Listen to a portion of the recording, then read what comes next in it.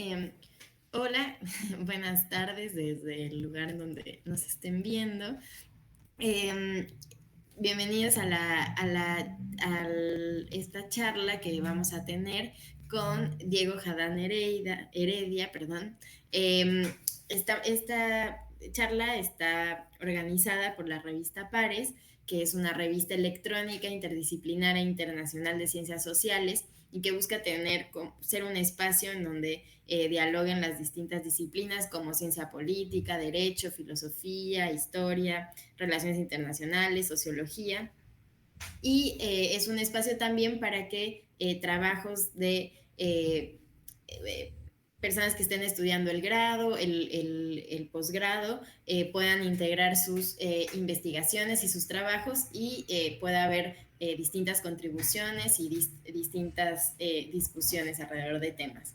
En esta ocasión podemos transmitir las charlas gracias al el Cubil del Mal, que les agradecemos en especial por permitirnos y ayudarnos a las transmisiones. Y bueno, en esta ocasión la charla se llama El retorno de Burke, rasgos ontológicos del neoconservadurismo. Y está a cargo de Diego Jadán Heredia, que ahora nos acompaña desde Ecuador. Diego es profesor de la Universidad de Azuay en Ecuador y dirige la maestría de investigación en filosofía y coordina la Cátedra Abierta de Filosofía Bolívar Echeverría de la misma casa de estudios. Su campo de investigación es la filosofía política, filosofía de la religión e historia de las ideas. Dentro del doctorado en filosofía de la Universidad de Sevilla, también trabaja estos temas. Además es magíster en filosofía moderna por la Universidad de Sevilla, magíster en Derecho Constitucional por la Universidad Andina Simón Bolívar, en la sede de Ecuador, y es abogado y licenciado en Ciencias Políticas y Sociales por la Universidad de Cuenca. Y bueno, ahora en esta charla también aprovechamos para invitarlas e invitarlos a quienes nos estén viendo a que se animen a mandar trabajos, investigaciones, reseñas, críticas, debates, porque bueno, la convocatoria es permanente, es abierta y la revista se publica semestralmente. Y bueno, con estas palabras le paso la palabra a Diego, que seguro estará muy interesante la charla. Y muchas gracias por participar también. Muchas gracias, Lucero, por la presentación. Muy buenas tardes a todos y todas. Primero, por supuesto, quiero agradecer a la revista Pares por permitirme participar en este interesante ciclo de charlas que están llevando ya los últimos meses. Y por supuesto, esperar que sea muy exitosa la revista, así como decía Lucero, que la gente además se anime a presentar sus artículos, reseñas, etcétera, etcétera. Eh, Voy a hablar, como decía Lucero, sobre el neoconservadurismo. Es un tema, en realidad, que he estado estudiando el último tiempo. He estado revisando algo de la literatura académica al respecto del neoconservadurismo y por eso quería traer algo de esos adelantos de la investigación. Ustedes saben, son alrededor de 15 años, más precisamente desde 2008, que ha tenido mayor presencia en el foro público lo que se conoce en la teoría política como neoconservadurismo. Pero también ustedes encontrarán en la literatura académica al respecto que también se lo trata como derecha alternativa, y los anglosajones la llaman la alt-right. También se lo puede encontrar como conservadurismo postmoderno y también como un liberalismo conservador. En realidad un oxímoron, ¿no es cierto? Parece contradictorio, un liberalismo conservador.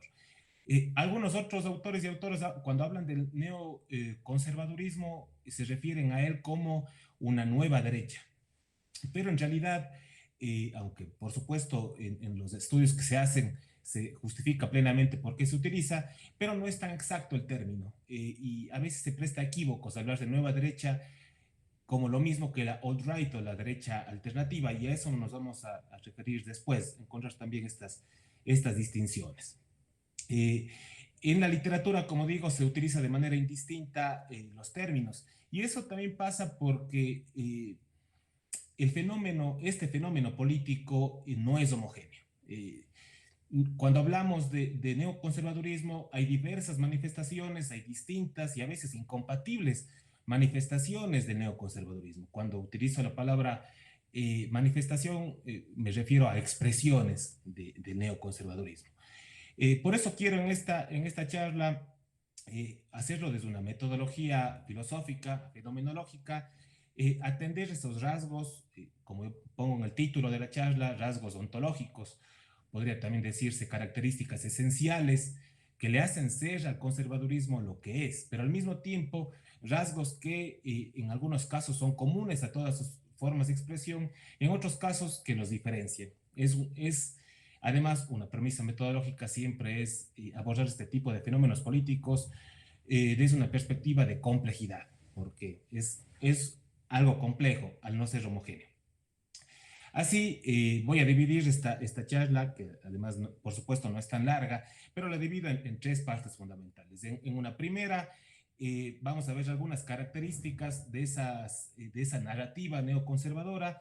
En la segunda, vamos a atender a las tendencias dentro del neoconservadurismo, conservadurismo postmoderno, es decir, para hacer estas distinciones de diferentes expresiones neoconservadoras.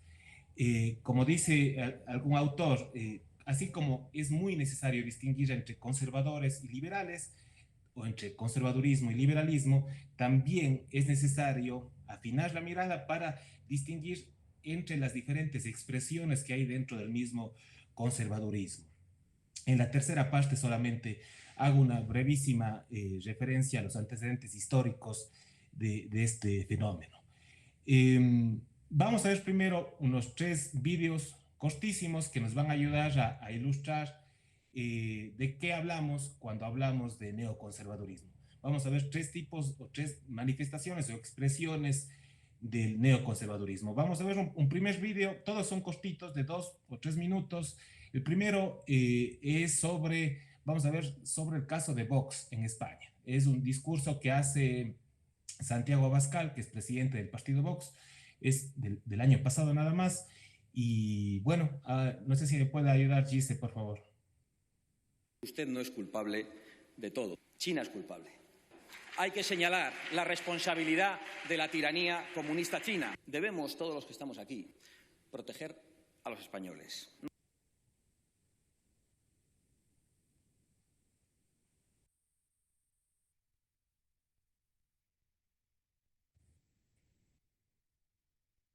Es el primer vídeo que es el alegato racista de Abascal en el Congreso, se llama.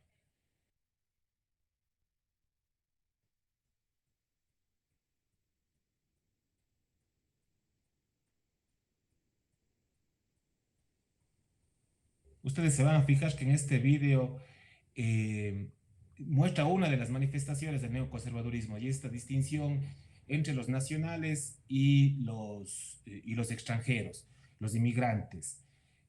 Por supuesto, tiene muchísimas más características, pero quizá ese discurso es una forma de mostrarse el neoconservadurismo y es además muy propio de esta tendencia.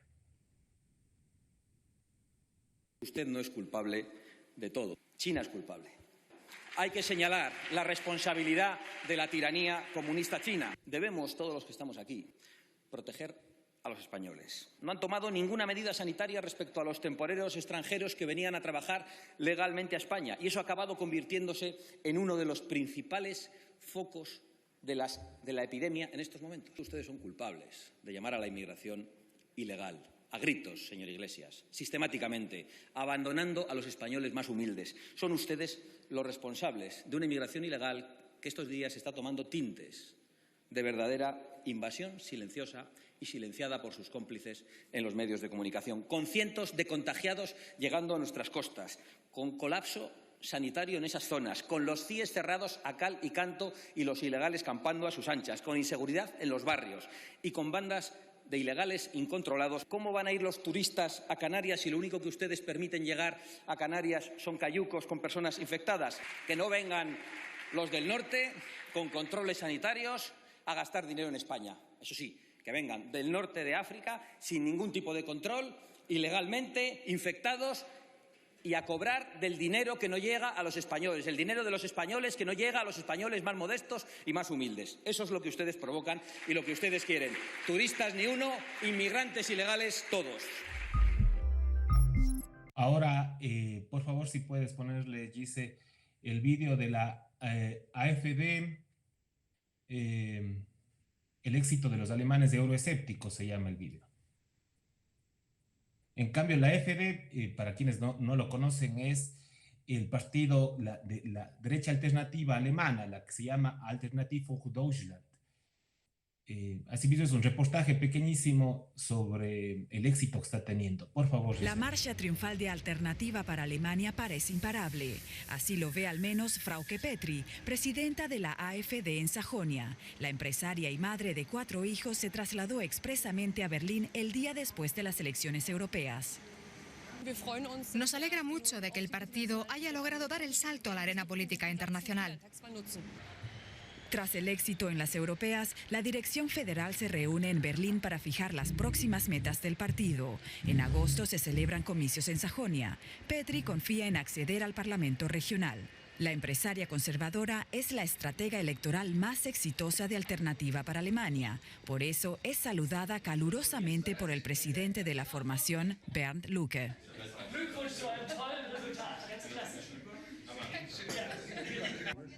Alternativa para Alemania fue muy criticada durante la campaña electoral. Lucke y sus hombres de azul fueron acompañados a menudo por protestas y burla. En esta canción, sus oponentes acusan a la AfD de valerse del miedo y la demagogia para retroceder a la época del marco alemán. Para la mayoría de los partidos establecidos, Alternativa para Alemania defiende una agitación populista. Los verdes, por ello, no dudan en poner a la formación en la picota. La AfD explota los resentimientos racistas, agita contra los extranjeros, ataca el feminismo y la homosexualidad.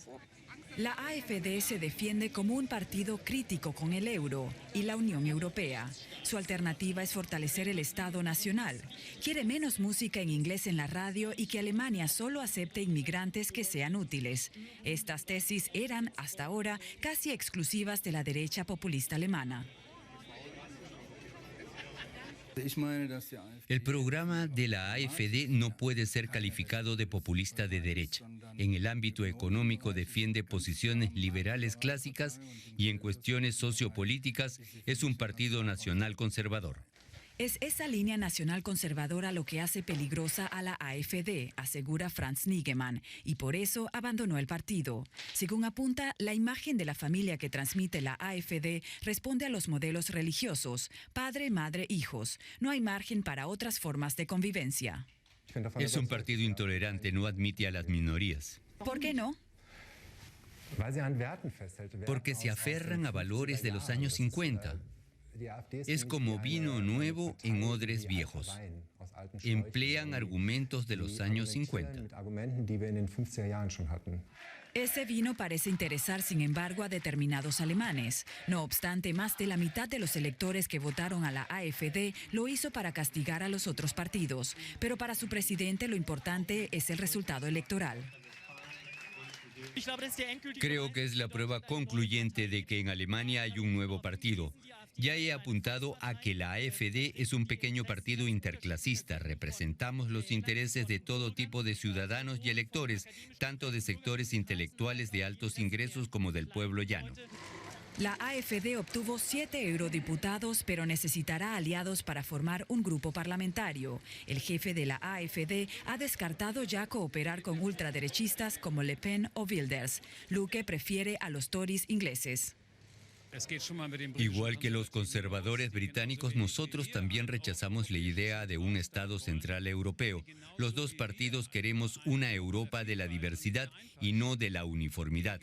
Y rechazamos como ellos que unos países compartan las deudas estatales de otros en Europa. La canciller alemana Angela Merkel deberá desplegar toda su influencia para evitar dicha alianza y lograr aislar a la AfD en Europa. En Alemania, Merkel ya le ha puesto su veto. Hemos dejado hoy muy claro que no contemplamos ningún tipo de cooperación con la AfD. Ha sido una opinión unánime de la Dirección Federal y esa es la posición que defendemos públicamente. Bernd Lucke ha recogido el guante y acepta el desafío. De hecho, ya anunció que en su momento renunciará a su escaño europeo para presentarse a las elecciones alemanas. Alemania tiene prioridad para él. Quiere llevar a su partido al Parlamento. Antes de eso, Frauke Petry debe conseguir que la AfD entre en la Asamblea Regional de Sajonia. Nos sentimos seguros. En las europeas nos votó el 10,1% de los electores sajones y ese es el resultado que esperamos lograr ahora en las elecciones regionales. Frauke Petry tiene 3 meses para completar con éxito la siguiente fase del plan de la AfD. La consigna de la dirigencia nacional es clara. La AfD quiere implantarse en Alemania y ser un factor clave en la política del país. Muchas gracias, Gise. Si podemos poner el tercero, que es del neoconservadurismo en Estados Unidos. Si ustedes se fijaron en este video de la Alternative für Deutschland en Alemania, y es muy llamativo cómo al inicio presentan a la presidenta del partido, en aquel entonces, me parece que ahora no lo es, a una empresaria, madre de 4 hijos, algo muy difícil de encontrar en Alemania, una empresaria además exitosa y madre de 4 hijos. Luego, por supuesto, les voy a señalar otras características de ese neoconservadurismo. Ahora, si veamos el de Estados Unidos, por favor.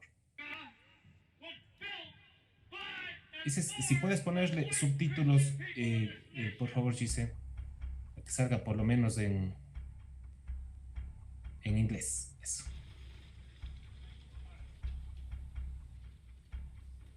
Have been seeing really ever since Barack Obama first won election in late 2008, a growth in groups on the radical right.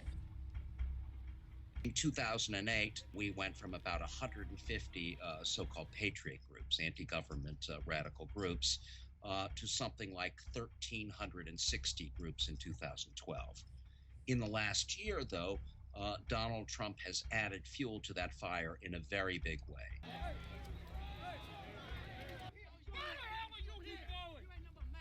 Why are you here? Go. Why are you here, man? Go. Why are you here? Let's go.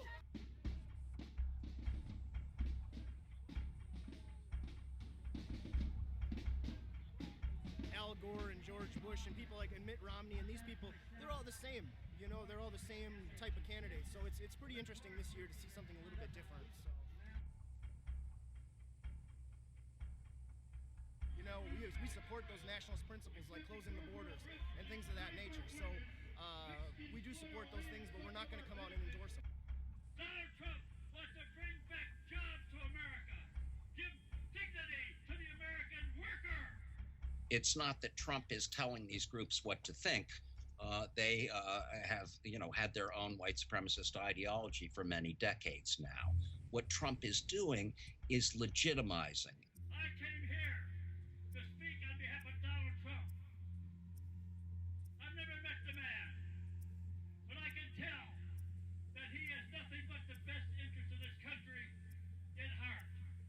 Some of the things that he's saying are issues that we've been tackling for years now. When we talk about globalism, we talk about America first, these sort of things, bringing back American jobs. These are things that he's hitting on. So it's put a lot of our nationalism sort of becoming mainstream. All we want is to change America back to what it was. We do want to see whites, rise and have our own state here in this country. I do think that Trump will probably help the movement grow as a whole. We may not see that reflected at rallies, but I think we will see it reflected on the number of people who are engaging with the ideas of the white supremacist movement, whether that's electronically on the internet or in actual person and face-to-face encounters.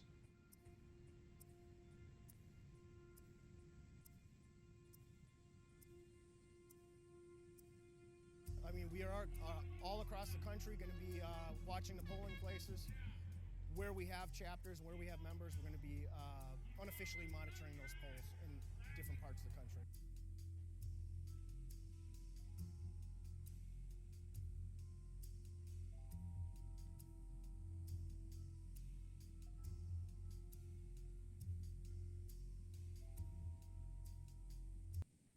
Muchas gracias, Gise. Quería presentarles estos tres vídeos porque de cierta forma ilustran tres formas de entender el neoconservadurismo o conservadurismo postmoderno en tres diferentes países. Tal vez en lugares en donde ese neoconservadurismo ha tenido más fuerza, pero por supuesto no son los únicos. Ustedes saben, también hay neoconservadurismo, es muy fuerte en Italia, en Polonia, en América también, en Brasil y en Ecuador empiezan a haber ciertos atisbos de esta tendencia política. Voy a presentarles unas diapositivas. Son poquísimas solamente para guiar la charla, para atenerme a los puntos más importantes.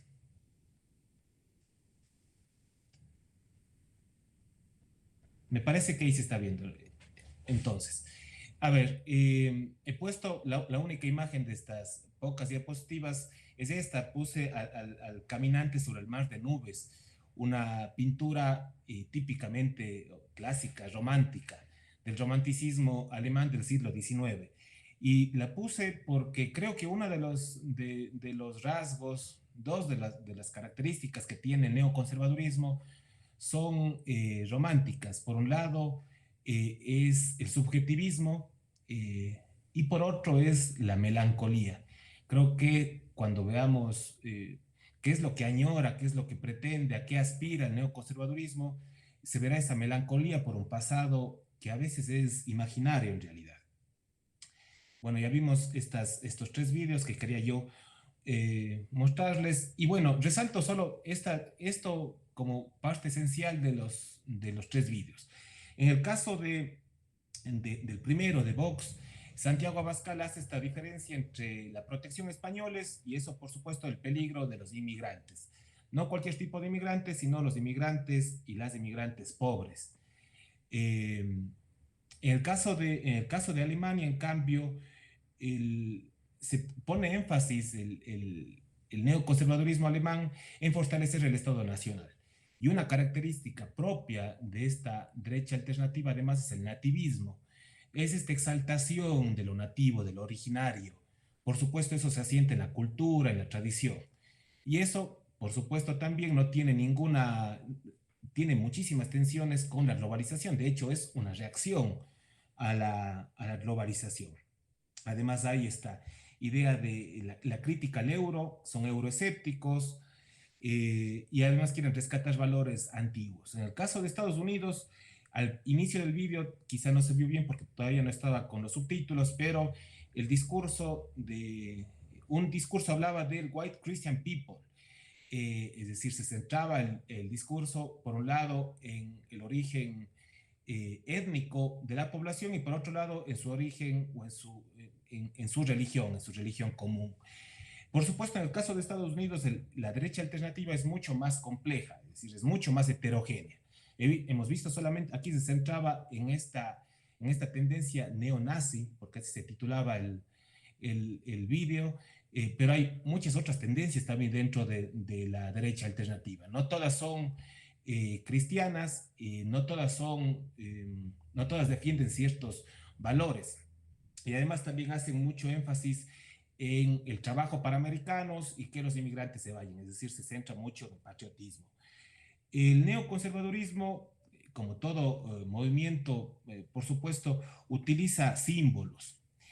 Porque los símbolos, ustedes saben, ordenan la realidad, pueden brindar al individuo una orientación, pueden ayudarle a comprender una vida mucho más compleja. Los símbolos ayudan a simplificar. Algunos símbolos son comunes y otros son específicos de este neoconservadurismo. Es decir, hay heterogeneidad, pero ellos escogen los símbolos sobre los que están de acuerdo, no sobre los que hay más tensiones dentro del neoconservadurismo. Porque yo creo que saben plenamente que el poder lo ejercen quienes pueden transformar el imaginario social y se lo hace a través de símbolos. Entonces, por ejemplo, la idea de ley y orden es muy típica de todo neoconservadurismo. La idea de imponer la ley y el orden, la mano dura contra la delincuencia, por ejemplo. Asimismo, es muy común el rechazo al sistema globalizador, especialmente al liberalismo que es individualista. También hay una especie de construcción ontológica del ser español, del ser alemán, del ser americano, por supuesto que mira a esencias, no mira a la diversidad. También, asimismo, la idea de la propiedad privada es algo muy común que se defienda dentro de los movimientos neoconservadores. Pero, por supuesto, estos símbolos comunes, incluso los símbolos comunes, como la idea de la ley y orden, también tienen significados distintos dentro del mismo neoconservadurismo. Ya vamos a ver en un momento más. Existen básicamente, para adentrarnos en cómo se compone el neoconservadurismo, aquí me baso en una teórica política que es socióloga también, Rebecca Klach. Ella logra identificar, y es algo en lo que coinciden los demás, muchos otros académicos, en que existen dos formas de neoconservadurismo, los que Klach llama dos mundos. Son dos mundos porque, por supuesto, perciben la realidad de forma distinta. Por un lado está el neoconservadurismo social y por el otro está el neoconservadurismo del laissez-faire, del dejar hacer. Es una especie, este segundo, el conservadurismo del laissez-faire, es una derivación conservadora del antiguo libertarismo, no liberalismo, sino libertarismo. El siglo XIX y el XX se desarrolló básicamente alrededor de lo que Arnold Kling, que es otro teórico político que cito aquí, Arnold Kling habla de tres lenguajes de la política, y me gusta este término, lenguajes de la política más que ideologías. Son formas de entender, formas de hablar la política, idiomas incluso de la política, dice Arnold Kling. Y son estos tres típicos, ¿no es cierto? El conservador, el progresista y el libertario. Cuando ustedes leen la literatura norteamericana o la anglosajona, ellos utilizan los términos más bien de conservador, liberal para referirse a los progresistas y libertario, eso sí. Ustedes recordarán, sin embargo, que el antiguo eje que nosotros utilizábamos antes solamente la idea de izquierda y derecha. Ese era el eje en el que se desarrollaba la ideología política. Pero hablar solo de izquierda y derecha resulta en la actualidad demasiado general, un poco lejano a la realidad. La idea básica de ser de izquierda o de derecha era la siguiente. Uno decía, si eres de izquierda, prefieres el estado de bienestar o el estado social. En cambio, si eres de derecha, vas a preferir el libre mercado.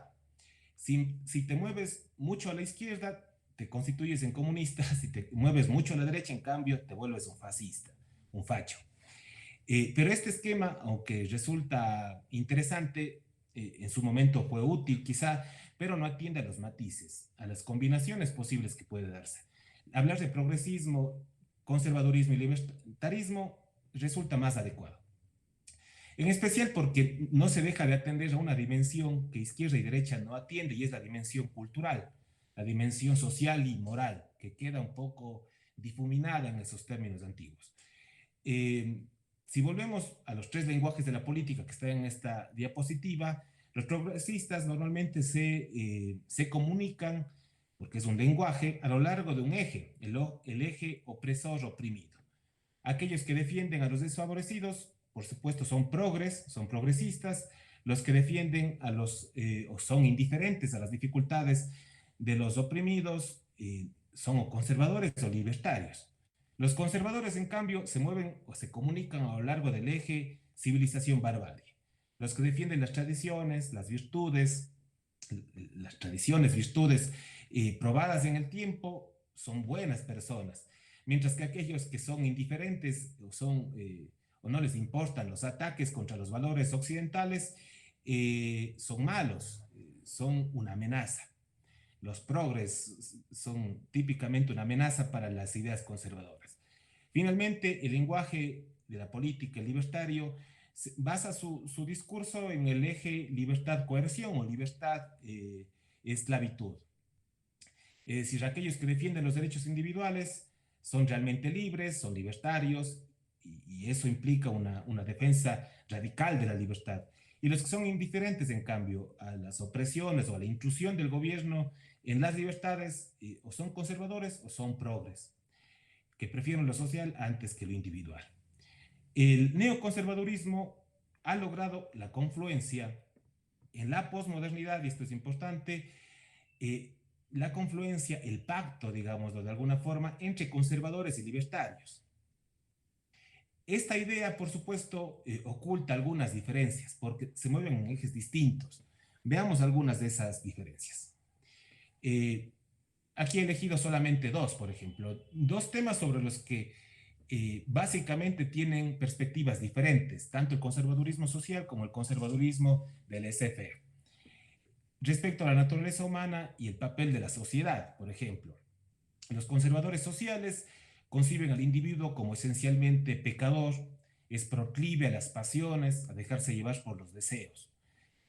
Hay un fuerte apego a los principios judeocristianos, hace que piensen que la perfección se alcanza, por supuesto, en el próximo mundo, no en este. En ese sentido, el conservadurismo social es determinista, se caracteriza por un determinismo. Es decir, y además eso va acompañado de la idea de que solamente la autoridad moral de Dios, la autoridad moral de la iglesia y de la familia pueden domesticar a esa naturaleza humana que tiende hacia la decadencia, hacia las pasiones. En cambio, los conservadores del laissez-faire consideran lo primordial como el mercado. Lo primordial es el mercado. Más bien elogian el potencial humano. El ser humano es un ser humano racional, autónomo.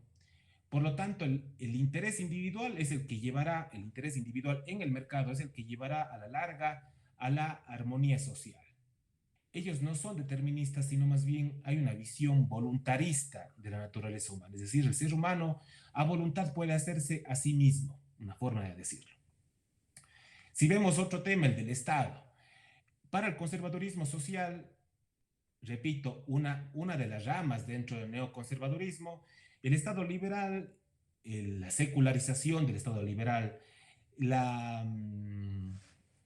todas las ideas liberales, los principios liberales, como el humanismo secular, son un peligro para los valores tradicionales. Por supuesto, ellos consideran que el Estado liberal, al ser un peligro, al ser una amenaza, lo que debería hacer es, lo que ha estado haciendo más bien es incentivando, profundizando el individualismo, la atomización social, romper el tejido social. Para el conservadurismo social, el Estado no puede ser neutral moralmente.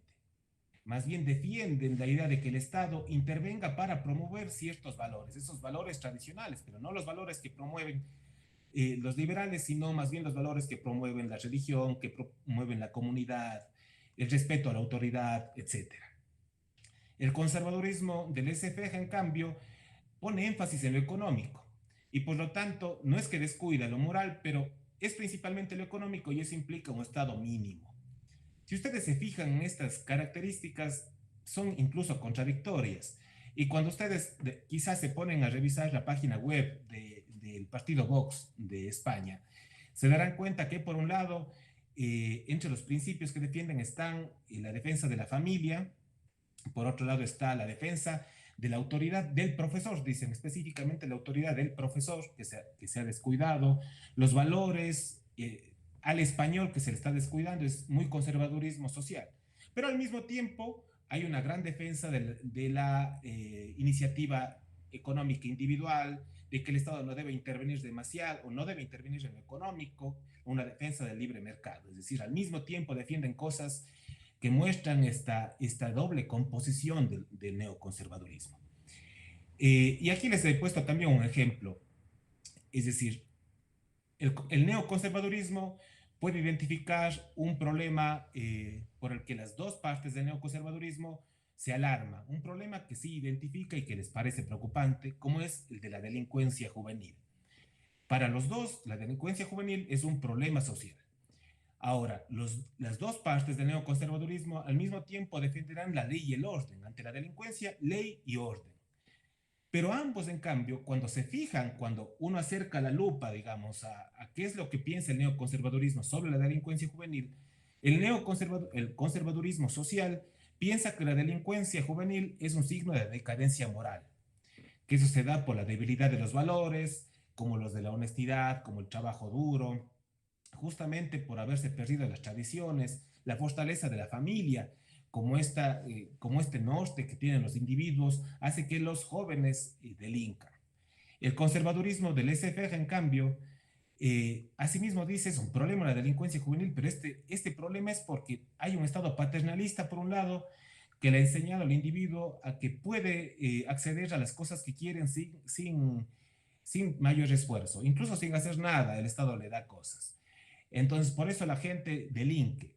Al mismo tiempo, el empleo está tan regulado jurídicamente que no se puede contratar a la gente joven, como poner salarios mínimos.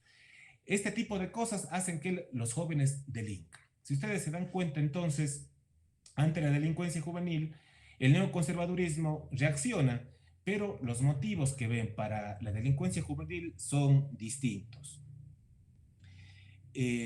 Ahora pasemos a esta última parte, que es una contextualización histórica, que además les va a dar otras señales o estos rasgos o características esenciales del neoconservadurismo.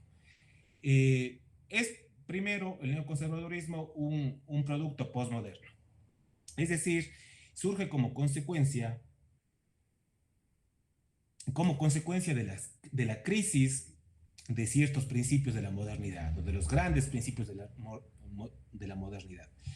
Lo que Lyotard llama esos metarrelatos, se derrumban los metarrelatos, ideas como el progreso indefinido, la razón universal, el liberalismo universal, estas ideas se derrumban. Y surgen en la posmodernidad narrativas particulares o relatos particulares. Una forma de entender estos relatos particulares en filosofía se llaman particularismos. Y además surgen las políticas culturales y políticas identitarias. Es curioso, aquí nosotros tenemos dos tendencias que surgen en la posmodernidad. Dos tendencias que reaccionan a lo mismo, pero de forma distinta. Ambas reaccionan a lo mismo, es decir, a la globalización, al liberalismo deshumanizado, a una economización o mercantilización del ser humano, de la naturaleza, etc. Así surge, por un lado, lo que se conoce en la literatura como el multiculturalismo. ¿Qué es lo que quiere el multiculturalismo? Diversidad, distingue además entre marginados y discriminados. Y por otro lado surge el monismo cultural. Y ahí dentro del monismo cultural una expresión política es este neoconservadurismo. El monismo cultural quiere homogeneidad, es decir, puede haber diversidad, pero separados. Nosotros vamos a tener un estado de blancos, la gente de color puede tener su propio estado, etcétera, etcétera. Y se funda en ciertos principios como el de civilización, nación, cultura, raza, religión. Como decía, ambas tendencias reaccionan o rechazan la globalización, pero nos vamos a centrar en el monismo cultural, es en donde se ubica el neoconservadurismo. Lo que el neoconservadurismo pretende es dar un giro, un retorno a una vida anterior que sería más orgánica, en donde no habría un vacío espiritual. Nietzsche dice justo que la modernidad trae hombres sin pecho, dice él. Seres humanos sin pecho es como seres humanos vacíos espiritualmente. Lo que quiere el neoconservadurismo es retornar hacia un momento en el que no se sentía ese vacío. Había pueblos con una existencia más auténtica, hablan muchos de los neoconservadores. Por esto yo decía hace un momento que había una especie de melancolía, que es típicamente romántica. El neoconservadurismo señala además identidades raciales y étnicas, que son las categorías fundamentales a partir de las cuales construyen su discurso. Es decir, además estas categorías étnicas o raciales son más antiguas que las ideas de democracia, que capitalismo, que comunismo, dicen los neoconservadores, muchos de ellos. La lógica es la siguiente, es decir, la base fundamental de una nación debe ser la cultura. Y esta cultura está ligada a la familia o grupos de familias. Esos grupos de familia unidos por la cultura forman tribus. Una nota característica de todas esas familias es la identidad étnica, que es algo que no se puede engañar, que es algo que comparten. Por eso el fundamento del Estado para el neoconservadurismo puede ser la raza. Para una de las manifestaciones, quizá la tendencia predominante en el neoconservadurismo es la idea de la raza. Y eso se ve tanto en la AfD alemana como en Estados Unidos. En España se ve un poco menos, se habla menos desde esa perspectiva racial, aunque al final cuando habla de lo español, por supuesto que tiene esa connotación. Esta tendencia surge en reacción, por supuesto, al sistema capitalista liberal también, es decir, que ha mercantilizado al ser humano. Los principales defensores del neoconservadurismo, por eso mismo, no se piensan políticos. De hecho, ustedes cuando escuchan muchos de sus discursos, dicen que no somos ni de izquierda ni de derecha. Nosotros vamos más allá, dicen, de estas categorías, porque estas categorías, izquierda-derecha, son modernas, de la modernidad. Por lo tanto, tienen que distinguirse, son una alternativa a esa clásica forma de ver a la política. Asimismo, decía al comienzo de la charla que al neoconservadurismo algunos la llaman nueva derecha. Pero en realidad la idea, esta categoría, para ser más precisos, se la debe reservar a una derecha que surgió en la modernidad tardía. Se conoce como modernidad tardía la que se da luego de la Segunda Guerra Mundial, o se da en la época de la Segunda Guerra Mundial, y que tiene autores, esta nueva derecha tenía autores como Hayek, como Nozick. Era una nueva derecha ilustrada. Es interesantísimo leerles a ellos, por ejemplo. Y es el fundamento típico del pensamiento libertario y luego del neoliberal, con Thatcher, con Reagan, etcétera, etcétera. Pero claro, estas siguen siendo manifestaciones no del neoconservadurismo. Viene a ser un antecedente. Por eso, nueva derecha más bien se le reserva para eso. Recién el neoconservadurismo se construye alrededor de la moral y además del capital. No se construye alrededor ni de la política ni de la libertad. La política es algo más bien a lo que, por lo menos en discurso, se rechaza, justo por lo que representa, es esa política moderna, de la modernidad. Y del capital más que de la libertad. Ahí, eso por supuesto es fuente de muchas tensiones en estas dos tendencias dentro del neoconservadurismo. La mutación paulatina y gradual del neoconservadurismo o del conservadurismo y libertarismo se aceleró en la última década, y aquí pongo unas fechas que son básicas. En 2008 surge, de hecho, ahí por primera vez el término alt-right, y eso surge en Estados Unidos. Esta derecha alternativa quería distinguirse del conservadurismo convencional de Bush, además de ese neoliberalismo. Los estudios muestran que empezó teniendo una presencia básicamente en redes sociales, no en instituciones reales. En 2010, cuando surge el movimiento Black Lives Matter por los derechos de los afroamericanos, se vincula el neoconservadurismo, esa derecha alternativa, con la raza, y se muestra más plenamente como un movimiento identitario blanco, y por ende es anti-inmigrante. Finalmente, el neoconservadurismo, que ya quería rechazar ese conservadurismo convencional y que además se convirtió en anti-inmigrante, en movimiento identitario, enfatiza su misoginia en 2013 porque, todos ustedes recordarán, se da el fortalecimiento del feminismo a nivel global. Y vale anotar que en el mismo 2013 es que se funda Vox en España. Por supuesto, este es un recorrido de neoconservadurismo. Ustedes tienen en la literatura muestra, pero quizá el anglosajón es el más estudiado, pero en la literatura ustedes verán el neoconservadurismo, cómo se da en Polonia, cómo se da en Italia, cómo se da en Inglaterra, pero el de Estados Unidos es un referente porque muchos de los principios que se defienden en el neoconservadurismo norteamericano también se dan en otras latitudes. El neoconservadurismo, entonces, por lo tanto, es una reacción, y en la última década, una reacción al feminismo y al movimiento por los derechos de los afroamericanos en el caso de Estados Unidos, pero también es una reacción al liberalismo y al relativismo moral que traería el liberalismo. Estoy haciendo, por supuesto, un breve resumen. Esto, por supuesto, también el liberalismo ha traído como consecuencia el debilitamiento de la identidad y que el Estado no se preocupe por los valores tradicionales, por los nacionales de cada país. En definitiva, los neoconservadores utilizan argumentos particularistas vinculados con la tradición, con cosas como nación, religión, sexo, familia. La idea del neoconservadurismo es retornar a una especie de política significativa, dicen ellos, restaurar un espíritu comunitario, frenar la mercantilización, Y esto que estoy resumiendo, ustedes lo encuentran en las páginas de la AfD alemán o del Vox, por ejemplo. Estas ideas nos remontan a la contrailustración. Y yo por eso, ya finalizo con esto, por eso ponía en el título de manera un poco sugerente el retorno de Burke, porque uno de los referentes intelectuales del neoconservadurismo es Edmund Burke. Es decir, la retórica que maneja el neoconservadurismo es muy contrailustrado.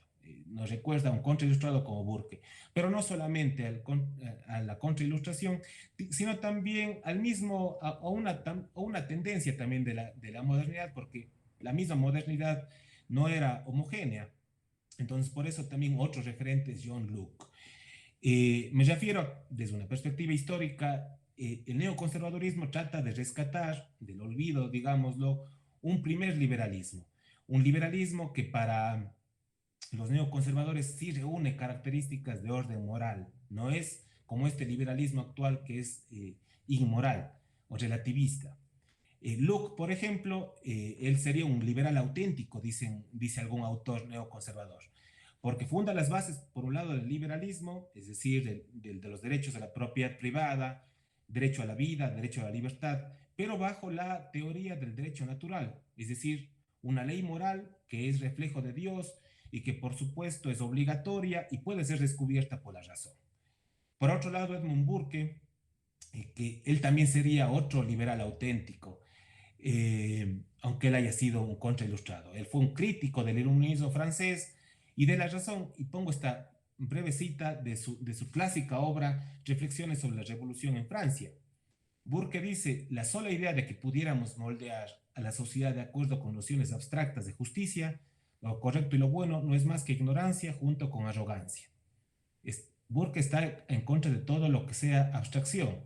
Por eso él habla en su obra, por ejemplo, de que los derechos no pueden ser universales, sino que debería haber derechos de los alemanes, derechos de los ingleses, derechos de los italianos, porque los derechos responden a las tradiciones de cada país, no a abstracciones como critica él. Para terminar, y con esto solamente un brevísimo comentario,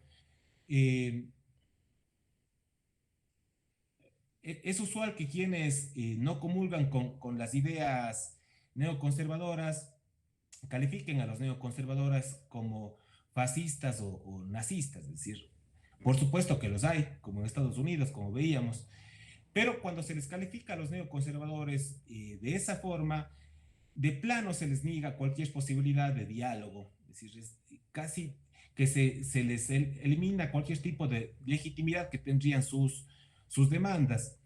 Ciertamente, repito, los discursos neoconservadores, los neoconservadores bailan como se dice, bailan en el borde del volcán, es decir, están ahí a un tiz de ser fascistas, a un tiz de ser racistas, esconden, utilizan muchos eufemismos. Sin embargo, rechazar la posibilidad de diálogo con el neoconservadurismo seguramente les orillará a que caigan de una vez en el volcán y contaminen toda la esfera pública. Creo que sí es esencial entender que el neoconservadurismo habla de algunos problemas sociales que son reales, algunos problemas sociales que sí son preocupantes y son producto, en efecto, uno de los productos de la globalización deshumanizante, de la que he hablado tanto. Por ejemplo, si no tuvieran algo de legitimidad sus demandas, entonces no tendrían tanto éxito. Es decir, las ideas o los problemas que ellos ven son el desempleo, que creo que a todos los países representa un problema, la exclusión y, por ejemplo, también las tensiones con la migración. Creo que en todos los países vivimos tensiones con la migración. Es decir, son problemas reales, no es que el neoconservadurismo se inventa los problemas y a partir de ellos construye un discurso. No, por eso sí representa a mucha gente. Pero yo creo que en la medida en que podamos reconocer que las cuestiones abordadas por el neoconservadurismo tienen algo de legitimidad, no lo que exigen, sino los problemas que identifican, creo que podríamos cambiar esta tendencia cada vez mayor a que se fortalezca el neoconservadurismo y logremos que sea solamente algo anecdótico dentro de la esfera pública política. Eso es todo. Muchísimas gracias. Espero no haberme alargado demasiado. Ay, muchas gracias, Diego. Me pareció muy, muy interesante y bueno, creo que a los que están viendo también. Em, Hay algunas preguntas que, bueno, no sé el tiempo que tengamos, pero te voy a hacer algunas preguntas que surgieron. Justo una relacionada con esta forma en la que tú cerraste, que es, bueno, si bien la filosofía y las ciencias sociales pues uno de sus objetivos es poder identificar estos elementos de la sociedad, sistematizarlos, entenderlos, discutirlos, ¿no? Como pensarlos en distintos espacios. Eh, Cuando tú estudias estos temas, ¿cómo te posicionas como investigador? Justamente que, bueno, un poco ya lo comentaste con el cierre que hiciste con la presentación, pero ¿cómo integras estos debates que se están dando en la arena pública a tu trabajo académico o cómo tú has también tal vez participado en algún debate, justamente como dices, ¿no? Para que ese debate con todo lo que tú has analizado y con lo que has investigado y que otros autores y autoras han investigado, ¿cómo ha sido tu experiencia en justamente ese debate que se puede abrir o que se puede dar y que es necesario? Si quieres, vamos Ya. pregunta por pregunta y así como... Voy respondiendo una por una, entonces, Lucero. Ya, sí, Sí. igual voy a ser Uh-huh. muy breve porque sé que tenemos poco tiempo. Uh-huh. Bueno, ahí si es que decimos o expreso mi lugar de enunciación, yo sigo la filosofía política estoica y el estoicismo tiene como una de sus bases la idea de que las personas actúan siempre motivadas por buenas razones para ellos. Pueden ser equivocadas, pero son buenas para ellos. No es que la gente actúa sabiendo que está actuando mal o sabiendo que está actuando de manera equivocada. Si es que vos abordas con esa premisa cualquier manifestación política, entonces te darás cuenta que si hay un diálogo entre esas diferentes tendencias o formas de percibir la realidad, seguramente llegarás de manera dialéctica a la verdad. El problema con el neoconservadurismo, por supuesto, es que el fundar sus bases políticas en categorías como la etnia o la raza, eliminan o disminuyen las posibilidades de diálogo con los diferentes. Es decir, para el neoconservadurismo tú puedes dialogar con otros que comparten esa misma característica. Es decir, no es una relación dialéctica entre diferentes, que es lo que requiere la política moderna, sino una conversación entre idénticos, suelo decir yo, idénticos, porque yo quiero que compartan mis tradiciones, mi cultura, mi religión, etcétera. Eso vuelve complicado el diálogo, es decir, poder sumar a la esfera pública al neoconservadurismo. Por eso, si recuerdas en el vídeo que puse de la alternativa para Alemania, Merkel decía, no podemos permitir que la AfD forme parte del Congreso o algo así, decía, tenemos que excluirlo de la política, porque representa un peligro si es que tú te sumas, pero no quieres conversar conmigo o piensas que yo por no compartir alguna característica de este tipo, no puedo dialogar, no puedo llegar a la verdad. Pero en principio, mi perspectiva siempre, por ser una perspectiva estoica, no es eliminar de plano las demandas que pueden tener los neoconservadores. Hay mucho de preocupaciones reales y por eso han tenido tanto éxito. Eso, Lucero. Gracias. Bueno, creo que da para mucha discusión, pero bueno, tengo otra pregunta. Mencionaste en algún punto muy rápido que en Ecuador también ha habido, no sé cómo llamarlo, como muestras o bueno, sí, del neoconservadurismo, pero lo mencionaste de forma muy breve. Y bueno, una pregunta es de qué forma, además tú trabajando en Ecuador, estudiando en Ecuador, pero también has estudiado en otros lugares y supongo que pues tienes un diálogo como muy abierto de distintos lugares, ¿cómo se está viendo eso en Ecuador? Sí, yo recuerdo, de hecho yo recuerdo que en el 2011 estuve de visita en Noruega y estuve en Oslo y por supuesto yo no hablo noruego y recuerdo que Por supuesto era muy joven, estaba muy joven todavía ahí, y estaba muy entusiasmado cuando llegué a la plaza pública y vi una manifestación, y con muchas pancartas, y era una manifestación masiva. Me puse a tomar fotos, pero yo no entendía lo que decían los carteles, solamente me parecía muy interesante la apropiación del espacio público, que tenga las posibilidades de manifestarse. Pero cuando le cuento a mi amigo al que fui a visitar allá, le mostraba las fotos, yo feliz de haber participado en la marcha, me decía que era una marcha de la derecha alternativa noruega en aquel tiempo, que estaba en contra de la migración ilegal, que ponía en peligro todos los valores noruegos y demás. Ahí creo que fue la primera vez que me topé con el neoconservadurismo así en la práctica. Luego también, ciertamente, hay atisbos y utilizo deliberadamente esta palabra, porque son muy pocos todavía las personas que se pueden considerar identificadas con el discurso neoconservador en Ecuador. Eh, y también pasa esto, si te fijas en lo que dicen los estudios de los últimos años, en Estados Unidos empezó a fortalecerse la alt-right en 2008 hasta el 2018. En 2018 empezó un declive, y hablan de declive de la nueva derecha. Es decir, se volvió muy débil de nuevo. No es que está muerto el neoconservadurismo para nada, pero en Estados Unidos, en donde era un centro muy fuerte, empezó a tener en los últimos 2, 3 años presencia menos evidente en la esfera pública.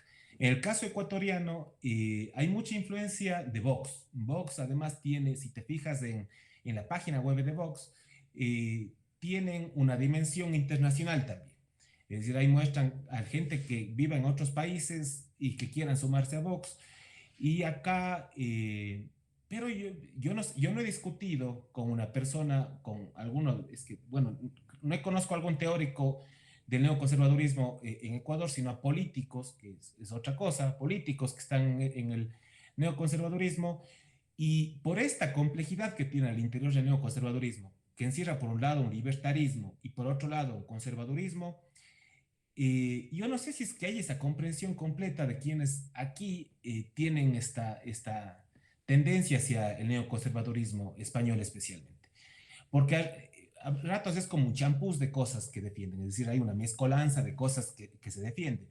Aquí a veces salen y se vuelve la novedad porque es muy poco, sale de pronto alguna manifestación pequeñita de personas que entregan algunos volantes y que especialmente están en contra de la migración, de los valores cristianos de los ecuatorianos, justo de esta idea de poner en peligro nuestra convivencia pacífica y asimismo retornar a una etapa anterior. Y como yo digo, a veces esta etapa anterior que se aspira nunca existió, ¿no? ¿De qué hablamos cuando decimos ojalá retornemos a una paz anterior? ¿Cuándo?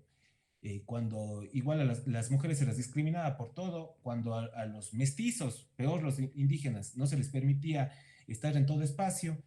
¿Qué momento histórico estamos nosotros anhelando regresar o están anhelando estas personas regresar? Todavía es muy poquito, ¿no? Pasó como Noruega, donde era una manifestación masiva y demás. Acá todavía es muy poco, pero sí hay.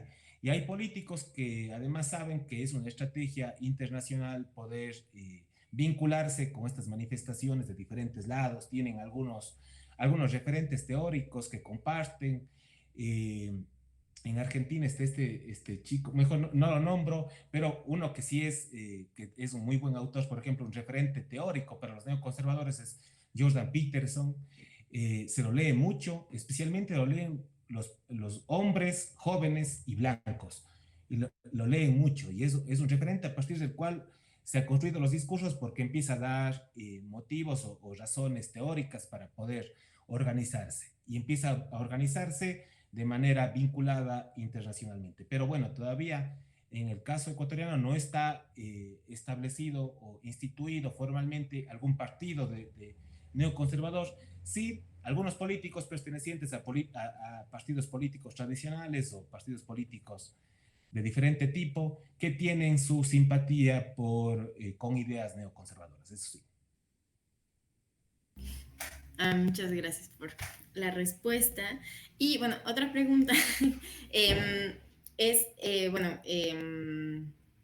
hace unos años como que me parece que es de Guatemala, Gloria Álvarez, me parece que se llama. Sí, creo que Como es de que Guatemala, ahí, no recuerdo bien. ajá, Sí. como que empezó, me parece, un movimiento también como libertario, se llamaban a sí mismos libertarios, la verdad no sé en este instante en qué punto estén, pero no sé, justo una pregunta que a mí me surgió era si, porque empezaron a tener mucha difusión en medios, incluso creo que ella escribió libros, yo recuerdo Ujú. que no sé, empezó a decir que daba una gira por toda América Latina.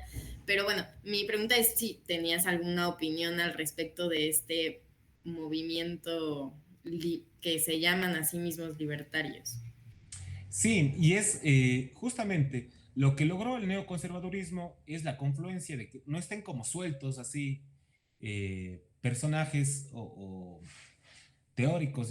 No sé, yo cuando he leído las cosas, he leído muy poco, pero he leído poco de Gloria Álvarez, no porque no me apetezca leer, sino porque es muy pobre en las cosas que dice. Además, tiene unos sesgos que los oculta y eso no me gusta cuando los sesgos son así deliberadamente ocultados para mostrarse como descubridores de la verdad o algo así. Pero las pocas cosas que he leído no son muy potentes. En todo caso, si son muy efectivas mediáticamente y la gente les retuitea, tiene mucho éxito en redes sociales y demás, pero en un inicio andaban como, ya digo, sueltos, es decir, no estaban como organizados. El neoconservadurismo logró atraer estos libertarios y por eso es parte del neoconservadurismo es este libertarismo, pero posmoderno al mismo tiempo, porque dicen, no, la política tradicional producto de la modernidad no nos representa. Nosotros no somos, ni siquiera somos anti-ideología. Entonces, esas ideas, esos típicos lugares comunes son defendidos por personajes como estos. Pero si hay, es decir, y de nuevo tomando en serio, porque al ver esto como un problema complejo, hay muy buenos autores, no buenos en que son estudiosos realmente, autores del neoconservadurismo y otros que más bien son exitosos mediáticamente, pero que no tienen discursos muy buenos. Yo creo que ahí también hay que saber distinguir y como una premisa metodológica para abordar, una premisa metodológica en filosofía política es que vos vas a abordar estas ideas políticas en su mejor versión, no en las peores. Y si es que yo escojo a Álvarez como representante del neoconservadurismo en lo teórico, estoy haciéndole un flaco favor y creo que eso sería deshonesto intelectualmente. En cambio, hay otros que sí, hacen un esfuerzo por sustentar por qué sí tienen razón los neoconservadores y hacen que sea compatible lo que en principio parece incompatible, estas ideas liberales con las ideas conservadoras.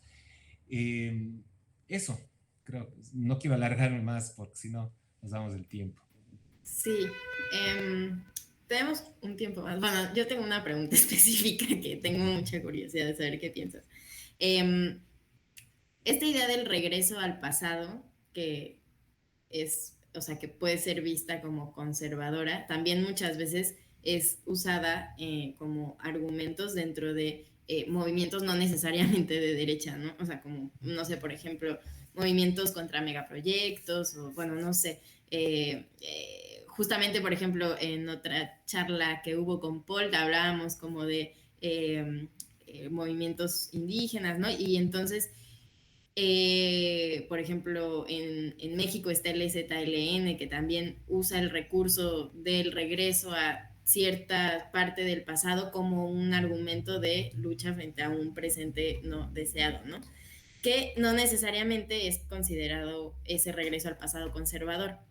Entonces, bueno, esa es mi pregunta, o sea, ¿cómo esa acción o esa forma de argumentar del regreso al pasado puede ser o no conservador? Si me esperas un segundo, por favor, solo un segundo.